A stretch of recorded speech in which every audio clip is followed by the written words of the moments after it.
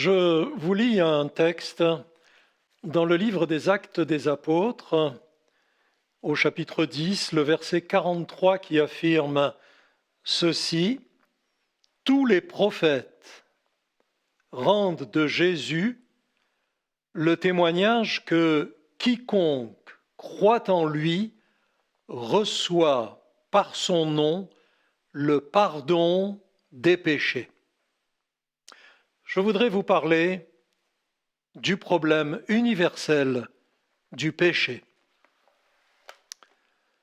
La Bible dit de manière formelle et en ces termes: tous ont péché.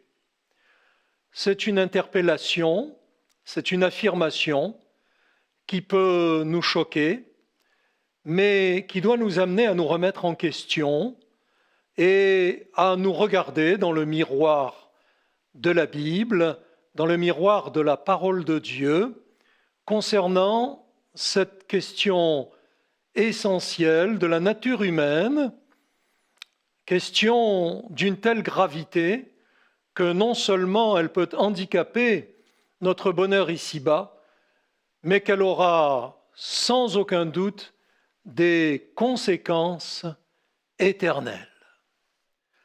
Je voudrais utiliser deux exemples des évangiles pour illustrer la question du péché et voir de quelle manière il y a une possibilité d'effacer la dette du péché, d'effacer le décompte et les conséquences de nos fautes pour ce temps et pour l'au-delà. Le premier exemple dont je voudrais vous parler est celui dit de la femme adultère. Nous voyons dans les évangiles qu'un certain jour, une foule a amené de force devant Jésus une femme prise en flagrant délit d'adultère. Cela aujourd'hui peut nous sembler sans commune mesure avec le contexte de l'époque. Il n'en reste pas moins qu'un adultère est une tromperie, une rupture de confiance, une rupture de contrat. Et dans le contexte à l'époque, ce genre de transgression était sanctionné de manière très sévère, en l'occurrence après un procès très succinct par une lapidation, la mort à coups de cailloux. C'est avec ce contexte très très grave que cette femme se retrouve accusée devant Jésus et que ces personnages, ces hommes principalement qui ont amené devant Jésus cette femme, l'ont ainsi accusée et ajouté: « Et toi Jésus, que dis-tu ? Que penses-tu ?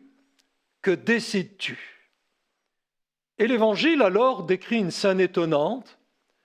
Jésus, ne répondant pas dans un premier temps, s'accroupit au sol avec son doigt écrit sur la terre, et la foule attend.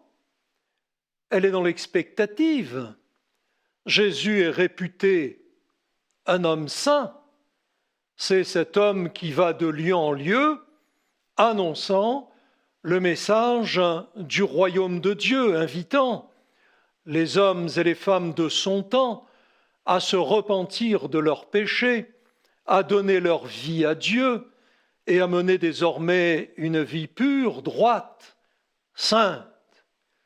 Puis le texte nous décrit Jésus se relevant en face de cette foule accusatrice et de cette malheureuse prostrée là au sol et faisant cette déclaration à tout un chacun que celui de vous qui est sans péché lui jette la première pierre. Et là, le texte raconte de quelle manière, depuis le plus âgé jusqu'au plus jeune, tous, accusés par leur conscience dit le texte, se sont retirés, laissant Jésus seul face à cette femme préalablement accusée. Et Jésus de déclarer à cette femme, « Je ne te condamne pas non plus. Va et ne pêche plus. » Il y a là une illustration du traitement du péché par Jésus. Le péché est une rupture de confiance, une rupture de contrat avec Dieu. Le péché, c'est la transgression consciente ou inconsciente des commandements saints, des commandements purs, droits, de la parole de Dieu, de la Bible. Vous avez entendu parler des 10 commandements, bien entendu, mais savez-vous qu'ils sont suivis de plus de 600 ordonnances régissant la vie de tout un chacun, et bien sûr ignorant la plupart du temps cette intégralité des exigences divines.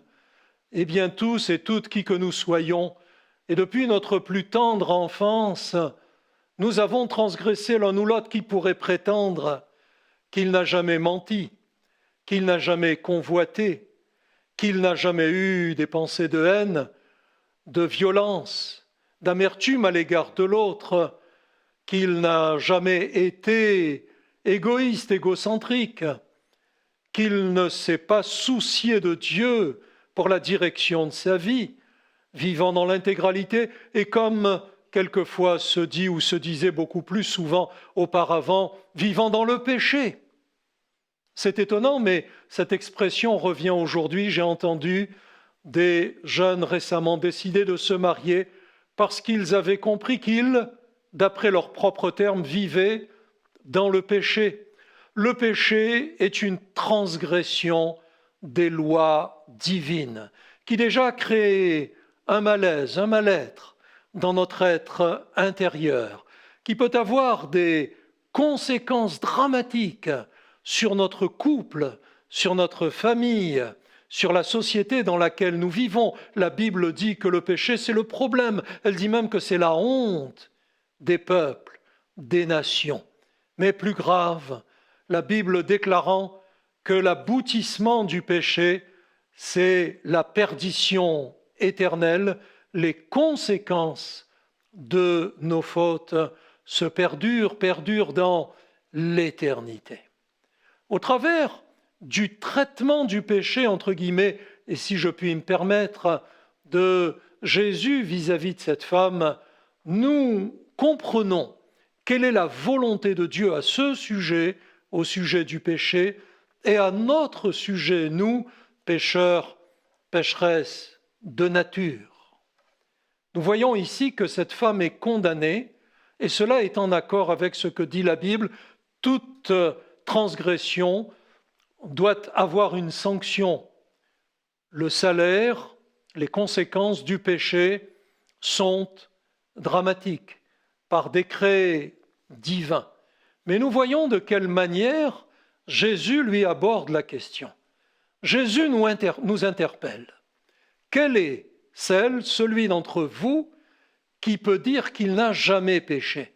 En entendant les paroles de Jésus, les interpellant, que celui d'entre vous qui n'a jamais péché lui jette la première pierre. Ces hommes ont compris, ont réalisé que, quoique peut-être n'ayant jamais commis d'adultère, en tant que pécheurs, ils étaient dans une certaine égalité avec cette malheureuse qu'ils venaient de condamner, et que tous, ils étaient des pécheurs, leur conscience le leur rappelant, le leur confirmant.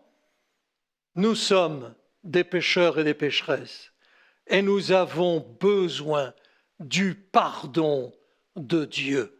La suite de l'histoire réelle, pour le coup, est merveilleuse. Elle fait une démonstration de l'amour de Dieu. Dieu aime les pécheurs et les pécheresses. Ce qu'il n'aime pas, c'est le péché. Dieu voudrait nous voir vivre libérés, pardonnés du péché et vivant désormais dans la droiture, dans la transparence, dans l'innocence, dans la justice comme Dieu l'entend. Jésus déclare à cette femme, « Je ne te condamne pas non plus ». Et ce sont ces mêmes paroles qui nous seront adressées si nous venons à Jésus et si nous étalons devant lui notre péché. Mais les paroles de Jésus qui suivent ont également toute leur importance. Jésus déclare maintenant à cette femme, « Va et ne pêche plus », c'est-à-dire commence une vie nouvelle. À partir de sa rencontre avec Jésus, non seulement son péché a été effacé, mais pour elle s'est ouvert un chemin nouveau, une vie nouvelle qu'elle pouvait désormais aborder en restant pure, droite, sainte, transparente. Je vous invite vivement à vous laisser interpeller par la question du péché. Voyez-vous, le péché peut ruiner notre vie. Le péché peut déstabiliser votre équilibre intérieur. Il peut remplir votre cœur de regrets, de mal-être, de malaise, remplir votre esprit d'angoisse quant aux conséquences, que vous le ressentiez consciemment ou pas, s'il y a un malaise intérieur, s'il y a un malaise affectif, sentimental, mental, psychologique, le péché en est sans doute à l'origine. Vous aussi, comme tout un chacun comme moi, vous avez besoin de pardon. Et pour traiter au mieux la question du péché, il faut venir à Jésus. N'attendons pas que des accusateurs nous y traînent au tribunal de Jésus, mais dès aujourd'hui, sans tarder, sans remettre au lendemain, sans repousser à plus tard, je vous invite à venir à Jésus et à lui avouer, à lui affirmer vos péchés. Je vous invite à vous repentir de vos péchés, c'est-à-dire à lui en demander pardon dans le désir sincère non seulement d'en être pardonné, mais aussi d'en être délivré. La Bible dit que si nous avons péché, nous avons auprès de Dieu un avocat qui plaide pour nous, ayant lui-même donné sa propre vie en expiation pour nos péchés. Et son nom nous est révélé. Ce nom, c'est celui de Jésus.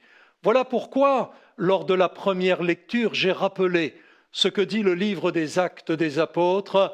Tous les prophètes de Dieu rendent de Jésus le témoignage que quiconque lui demande pardon des péchés obtient un réel pardon.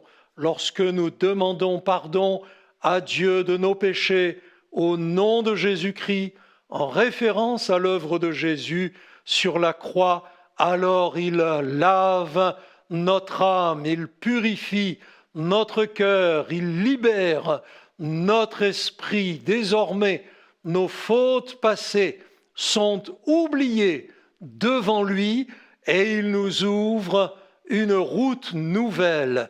Il nous propose une vie nouvelle où avec lui, à sa suite, en sa compagnie, nous pourrons vivre dans la transparence, dans la pureté, dans la sainteté, sans jamais pécher. Et s'il arrivait, bien-aimé, qu'ayant vécu déjà dans cet état, et en une certaine occasion, ayant chuté, ayant péché, nous avons toujours ce recours de revenir à Jésus, de lui demander pardon. Il est fidèle et juste pour nous pardonner et pour nous purifier de tout péché.